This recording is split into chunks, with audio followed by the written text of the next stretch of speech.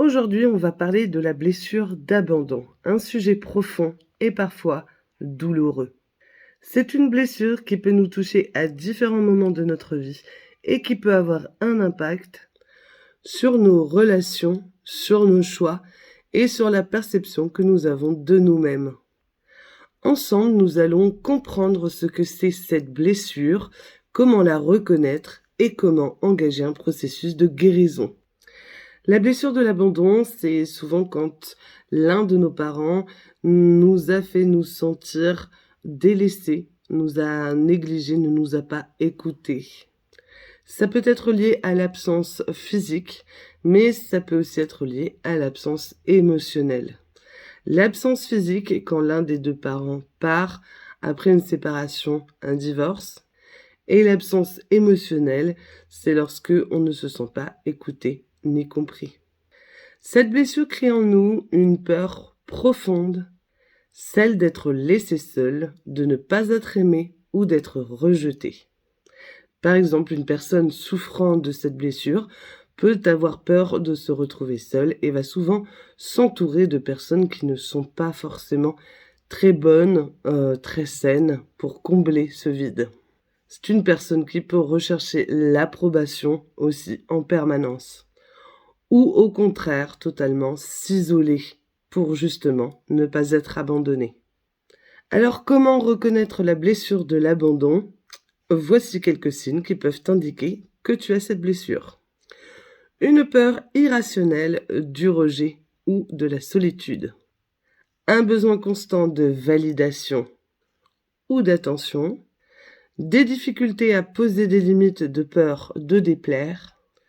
Une tendance à rentrer dans des relations de dépendance affective et des émotions très intenses comme une tristesse profonde ou des angoisses lorsque l'on se retrouve seul après l'éloignement d'une personne chère.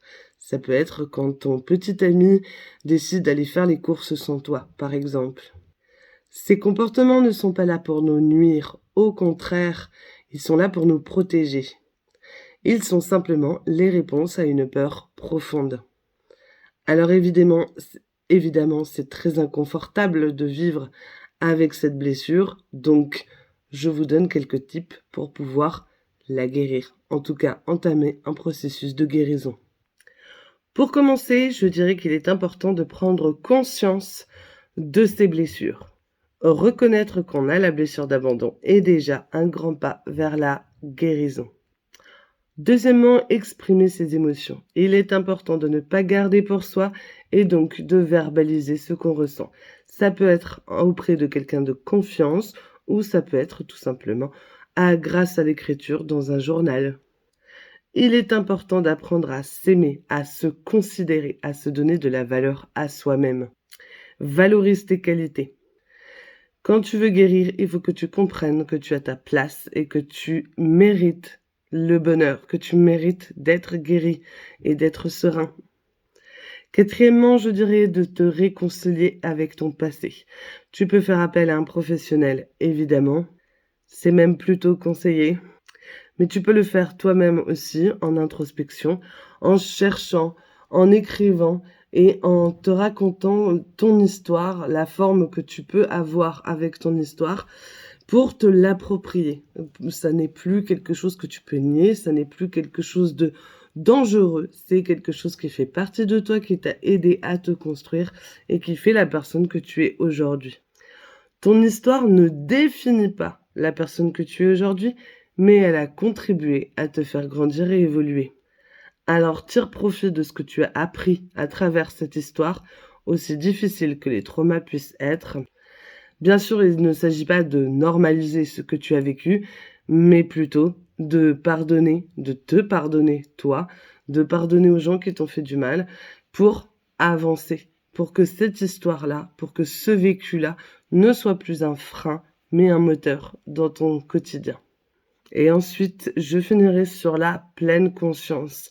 Essaye d'avoir conscience de ton existence de tous les jours. La pleine conscience à travers la méditation, par exemple, peut t'aider à rester calme, à gérer tes émotions, donc à calmer tes peurs, par exemple, et à renforcer le lien que tu peux avoir avec toi-même. Dans tous les parcours de guérison, il faut comprendre que vous êtes, tu es ton meilleur allié.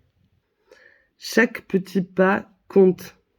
La guérison n'est pas une destination. La guérison, c'est un chemin. Le parcours, il est long, il faut de la patience et surtout se donner beaucoup d'amour à soi-même. Alors si tu te reconnais dans cette blessure, tu n'es pas seul. Beaucoup de personnes traversent ou ont traversé les mêmes épreuves. Avec du temps et du travail, il est possible d'en guérir et de s'en libérer, de retrouver la paix intérieure. Et la blessure de l'abandon, comme toutes les blessures, ne définissent pas qui tu es. Elles peuvent être une opportunité de grandir, de guérir et d'être la meilleure version de toi-même.